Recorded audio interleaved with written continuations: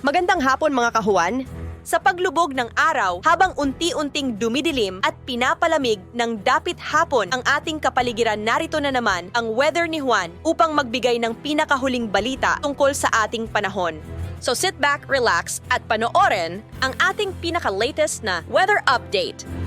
Isang magandang hapon po sa ating lahat. Narito ang weather update ngayong araw ng Miyerkules at alamin din po natin ang magiging lagay ng panahon sa ating bansa sa mga susunod na araw. So unahin po muna natin yung mga weather systems na currently nakaka-apekto sa ating bansa. Patuloy pa rin pong umiiral ang hanging amihan or northeast monsoon sa malaking bahagi ng Luzon. So kung makikita po natin sa satellite image, may makakaranas po tayo ng maulap na kalangitan dyan sa ilang bahagi ng Cagayan Valley at Cordillera Administrative Region. Although magiging maulap yung kalangitan, yung mga pag-ulan naman po na mararanasan ay mostly mga light rains o may hinang mga pag-ulan o mga pag-ambon.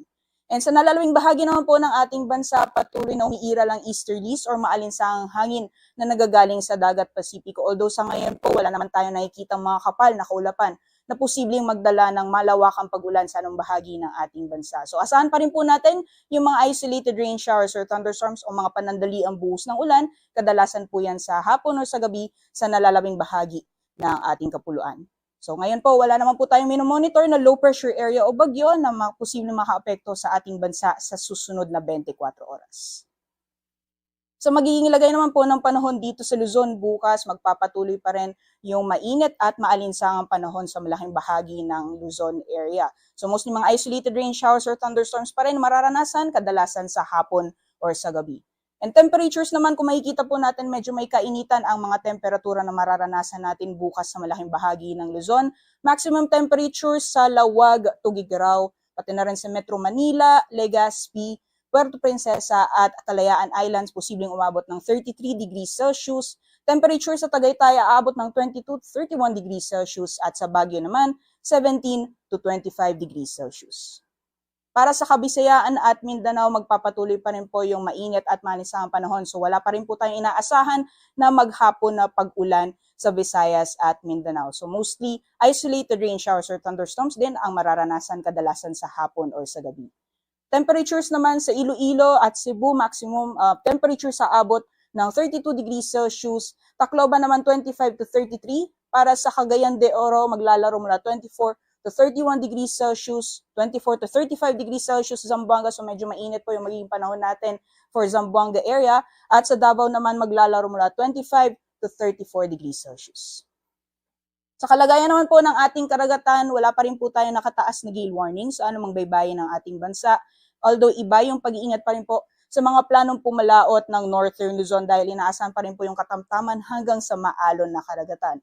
For the rest of the country naman po, banayad hanggang sa katamtaman ng mga pag-alon ang ating mararanasan.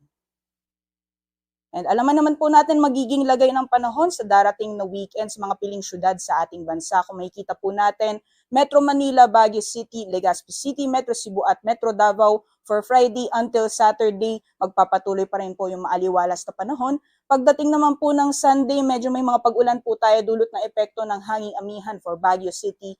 And then may mga pag-ulan din po tayo mararanasan, lalo-lalo na sa eastern sections po ng Bicol region. So dyan po sa Legazpi City, pati na rin sa eastern sections ng Visayas at Mindanao, posible po tayo makaranas ng mga kalat-kalat mga pag-ulan, pagkidlat at pagkulog pagdating ng linggo. Mamaya si Haring Araw ay lulubog ng 5:28 PM at sisikat man bukas ng 6:12 AM. Mga kabuwan, dito po nagtatapos ang ating huling update tungkol sa panahon para sa araw na ito.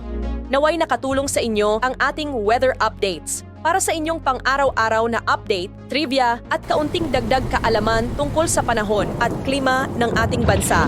Siguraduhing pindutin ang subscribe button at huwag kalimutang i-click ang notification bell para siguradong makakatanggap ka ng notification update sa tuwing may bagong palabas na video ang Weather ni Juan. Abangan ang susunod na Weather ni Juan update bukas po ng umaga. Ingat palagi at maraming salamat mga kahuan!